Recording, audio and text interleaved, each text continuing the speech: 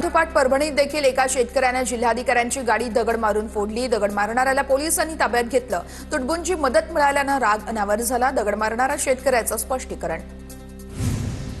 मुख्यमंत्री फडणवीसांसोबत बंजारा शिष्टमंडळाची 31 तारखेला बैठक। 9 दिवस उपोषण केलेले बंजारा आंदोलक विजय चव्हाण यांची माहिती। तर बंजारा समाजातील नेते महंतांसह इतर जण शिष्टमंडळ घेऊन जाणार असल्याची माहिती। गिरीश महाजन यांच्या अध्यक्षतेखाली नाशिक कुंभमेळा समितीची बैठक संपन्न। कुंभमेळ्याच्या नियोजनासंदर्भात बैठकीत मंथन। छत्तीसगडमध्ये नक्षलवादी चळवळीला मोठा झटका। सीसी सदस्य रामधेर यांच्यासह 50 नक्षलवाद्यांचं पोलिसांसमोर आत्मसमर्पण। मोठ्या प्रमाणामध्ये हत्यारे जप्त। नक्षलवाद्यांच्या मुख्य प्रवाहात येण्याचा मार्ग मोकळा।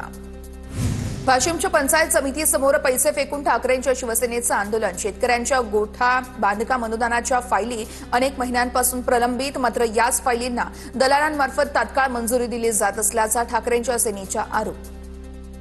सिंधुदुर्गमध्ये INS गुलदारचे देशाच्या पहिल्या पाण्याखालील संग्रहालयामध्ये रूपांतर होणार। यामुळे मोठ्या युद्धनौका आता समुद्राच्या तळाशी जाऊन अनुभवता येणार। यामुळे सागरी पर्यटनाला चालना मिळणार असून पर्यावरणाचं संवर्धन देखील राखलं जाणार। नवी मुंबईच्या घणसोलीमध्ये स्मशानात मृत्यूनंतरही मरण यातना। घणसोली सेक्टर 16च्या स्मशानभूमीमध्ये बत्ती गुल झाल्यानं गोंधळ। गाडीच्या हेडलाईट लावून अंत्यविधी उरकण्याची नागरिकांवर नामुष्की। जळगावच्या एरंडोलमधील उतरान गावात मुसळधार पावसाची हजेरी। पावसामुळे सोयाबीन, कापूस, मकासह फळबागांचं मोठं नुकसान। झाडाला लागलेली संपूर्ण फळ गळून पडल्यानं आता शेतकऱ्यांच्या चिंतेतही वाढ। बुलढाण्याच्या सिंदखेड राज्यामध्ये पावसामुळे हजारो हेक्टरवरील कापूस भिजला। वेचणीला आलेला कापूस काळा पडत असल्यानं शेतकऱ्यांचं आर्थिक नुकसान। तर तात्काळ पंचनामे करा आणि नुकसान भरपाई द्या, शेतकऱ्यांची मागणी।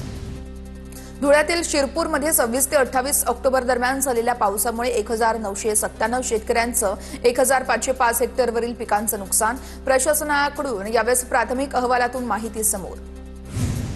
धुळे कृषी उत्पन्न बाजार समितीमध्ये खड्डे आणि अस्वच्छतेमुळे शेतकऱ्यांचे हाल। खड्ड्यामध्ये पाणी साचल्यानं मालाचं नुकसान होत असून आरोग्याचा प्रश्न देखील निर्माण तक्रार झाल्याची तक्रार।